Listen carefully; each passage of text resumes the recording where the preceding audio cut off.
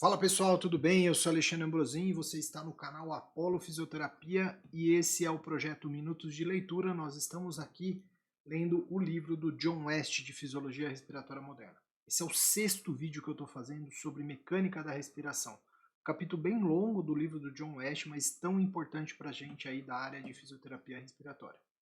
Se você ainda não curtiu os vídeos do canal Apolo Fisioterapia, eu te convido a curtir os vídeos, a seguir o canal Apolo Fisioterapia, a se inscrever aqui no nosso canal, aperte o sininho para receber as notificações e todos os links dos outros vídeos que eu fiz do Minuto de Leitura vão estar aqui na descrição desse vídeo.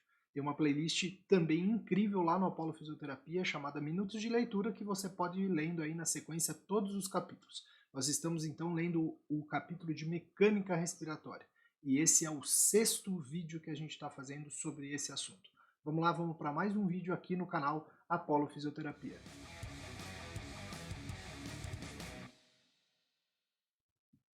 Bom, estamos então no Minutos de Leitura. Nós vamos aqui começar, continuar, na verdade, o capítulo de Mecânica da Respiração.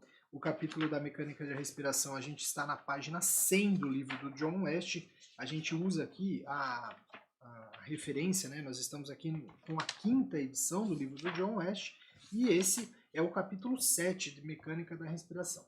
Como eu disse no início do vídeo, um tema muito importante para nós aí da área de fisioterapia respiratória. Bom, vamos lá? Vamos dar início aqui ao nosso vídeo, a nossa leitura, e hoje nós vamos falar de localização principal da resistência das vias aéreas. Se você então aí tem o livro, acompanha aí comigo a leitura e vamos discutir um pouquinho sobre resistência das vias aéreas, né? Continuar a discussão, porque a gente já falou um pouco disso no vídeo anterior. Então, à medida que as vias aéreas penetram no sentido da periferia do pulmão, elas se tornam mais numerosas, porém muito mais estreitas. Baseando-se na equação de Poiseuille, com o seu termo raio, seria natural pensar que a parte principal da resistência reside nas próprias vias aéreas estreitas. Contudo, já foi mostrado por medições diretas da queda de pressão ao longo da árvore bronca, que é a principal localização da resistência,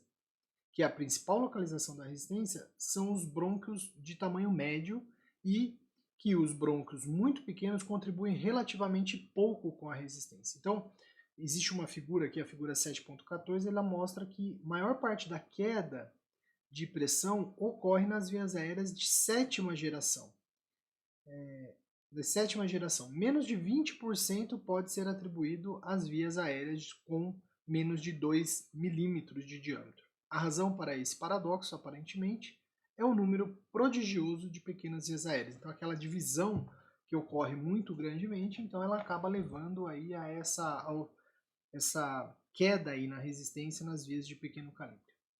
Então, é como se eu pensasse aí num grande cano e várias torneiras nesse cano, a resistência no final ela fica menor. É isso que mais ou menos que a gente pode fazer de analogia. O fato das vias aéreas periféricas contribuir com tão pouca resistência é importante na detecção das doença inicial das vias aéreas, uma vez que elas constituem uma zona silenciosa.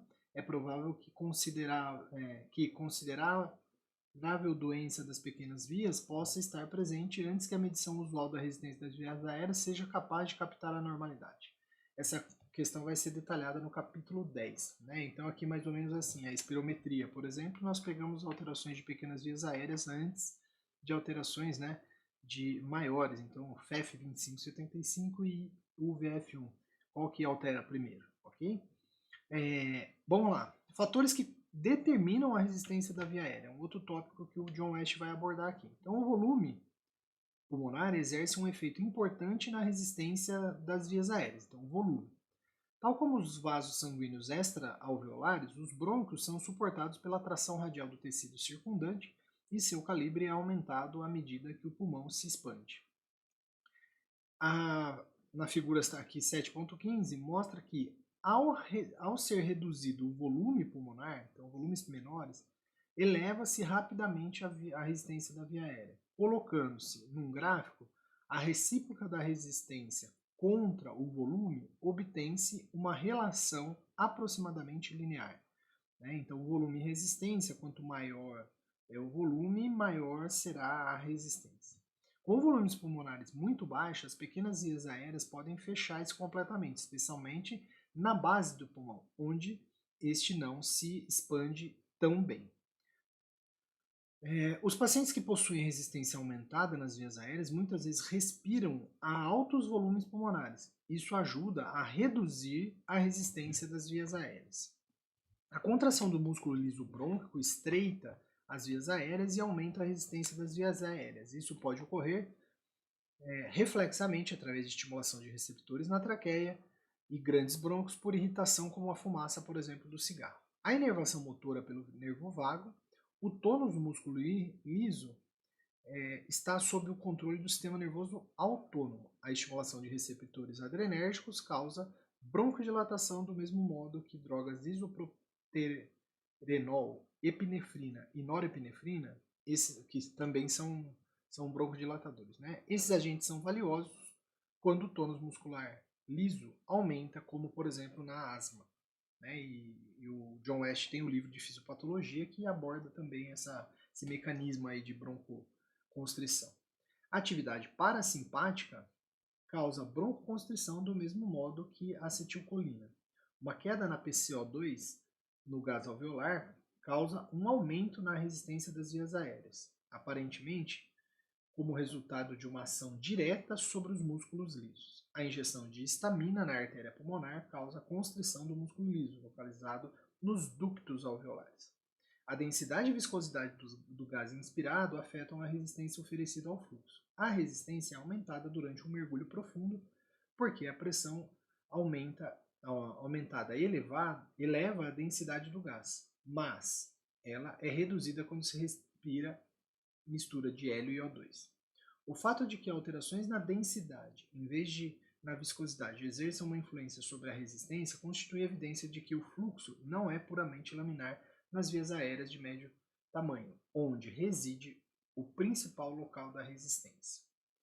Compressão dinâmica das vias aéreas. Isso é bastante interessante aqui. Vamos lá. Vamos ver se a gente consegue terminar esse tópico aqui.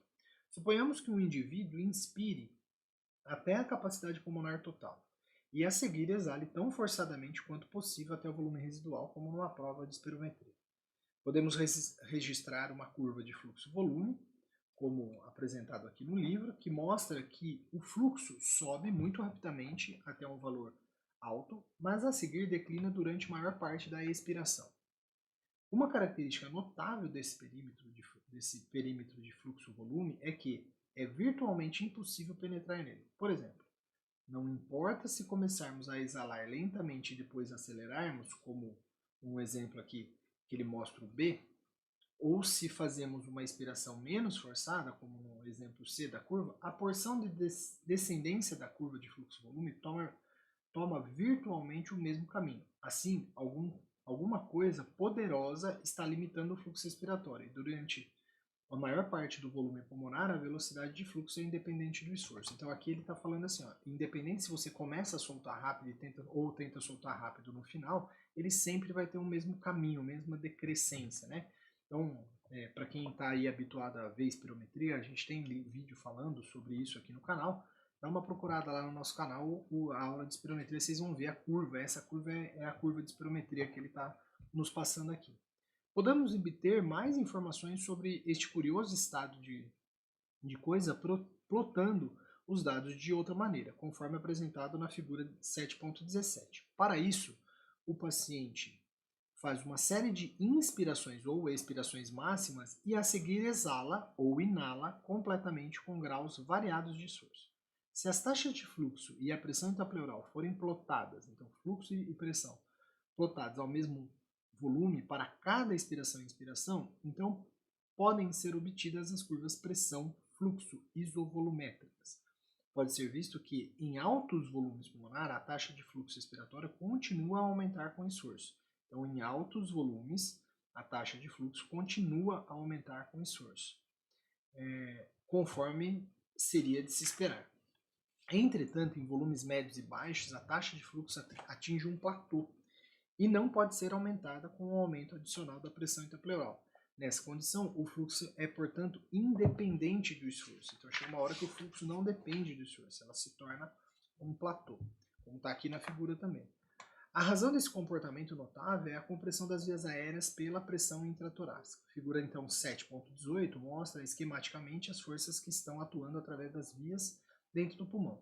A pressão fora das vias aéreas está mostrada como intrapleural, embora isso seja um excesso de simplificação. Então aí a gente vê assim, ó, por exemplo, antes que a inspiração tenha começado, num exemplo A que ele dá aqui, né, pré-inspiração. Antes que a inspiração tenha começado, a pressão das vias aéreas em toda parte dentro da via aérea é zero por ausência, e aí não tem fluxo, certo? Está equilibrado com a pressão atmosférica. E como a pressão intrapleural é menos 5, há uma pressão de 5 mantendo abertas as vias aéreas. Então a pressão pleural ela ajuda a manter as vias aéreas abertas. À medida que a inspiração começa, que é o B, tanto a pressão intrapleural quanto a alveolar caem 2 centímetros de água. Né? O mesmo volume pulmonar que em A e a resistência tecidual é desprezada e o fluxo começa. Então, eu tenho lá uma pressão que era 5 na pleura, vira 7, e uma que era 0 dentro da alvéola vira menos 2. Né? Vira 2, né? Menos 7 e menos 2. E aí, em virtude da queda da pressão ao longo das vias, da pressão no interior, é 1 centímetro de água. E há uma pressão de 6 mantendo abertas as vias aéreas. Então, que agora a gente começa a ter uma diferença aí, né? Mantendo as vias aéreas. Ao término da inspiração, novamente o fluxo é zero. E há uma pressão transmural de 8. Então, daí, menos 8 que é da pleura e 0 dá o 8 de pressão transmural. Finalmente, ao iniciar a expiração, tanto a pressão intrapleural quanto a pressão alveolar aumentam 38 centímetros de água, o mesmo volume pulmonar em C. Em virtude, quando eu faço o esforço, ok? Em virtude da queda da pressão ao longo das vias, à medida que o fluxo começa, há agora uma pressão de 11 centímetros de água tendendo a fechar as vias aéreas. Então, a hora que eu tenho lá uma pressão pleural de 30 e aí um alveolar de 38, aí eu vou tendo aí uma queda, né? Esta bronca aí, onde eu vou ter um fechamento das vias aéreas. Então ocorre a compressão das vias aéreas e a pressão corrente abaixo do limite de fluxo torna-se pressão fora das vias aéreas, ou pressão intrapleural. A pressão efetiva de impulsionamento torna-se uma pressão alveolar torna-se a pressão alveolar menos a intrapleural. Isso é, o mesmo mecanismo de resistor de Starling que limita o fluxo sanguíneo na zona 2 do pulmão, onde a pressão venosa torna-se desimportante, exatamente como a pressão na boca faz aqui. Observar que se a pressão intrapleural for elevada ainda mais pelo esforço muscular em uma tentativa de expelir o gás, a pressão efetiva de impulsionamento permanecerá inalterada. Assim, o fluxo é independente do esforço, por conta desse fechamento. O fluxo máximo diminui com o volume pulmonar porque a diferença entre a pressão alveolar e a intrapleural diminui e as vias aéreas tornam-se mais estreitas. Então, essa diferença ela diminui e a via aérea ela acaba se estreitando. Observar também que o fluxo é independente da resistência da via aérea corrente abaixo do ponto de colapso, chamado de ponto de igual pressão. À medida que a expiração progride, o ponto de igual pressão move-se distalmente para mais profundamente dentro do pulmão. Isso ocorre porque a resistência da via aérea eleva-se conforme o volume pulmonar cai. E, portanto, a pressão dentro das vias aéreas cai mais rapidamente com a distância dos alvéolos. Vários fatores exageram este mecanismo de limitação de fluxo. Um é qualquer aumento das vias aéreas periféricas, desde que isso amplifica a queda de pressão ao longo delas, e assim diminui a pressão intrabrônquica durante a expiração. Outro é um baixo volume, que reduz a pressão de impulsionamento. Esta pressão de impulsionamento é também reduzida se a complacência pulmonar estiver aumentada, como por exemplo no enfisema, a perda de retração elástica. De fato, embora esse tipo de limitação do fluxo seja visto apenas durante a expiração forçada em indivíduos normais, ele pode ocorrer durante a expiração normal em pacientes com doença obstrutiva grave. Beleza? Pessoal, o vídeo, a gente vai precisar fazer mais vídeos aí para terminar a mecânica respiratória. Nós estamos quase terminando o capítulo de mecânica respiratória. Esse é o 6º vídeo. Eu espero que você continue acompanhando aqui comigo o Minutos de Leitura. Talvez a gente consiga terminar amanhã. O próximo vídeo vai sair amanhã e a gente já termina esse capítulo de mecânica respiratória. E aí a gente vai para o próximo capítulo, que é o capítulo 8, de controle da respiração, controle de ventilação, do livro do John Nash. Um grande abraço e até a próxima aqui no nosso canal.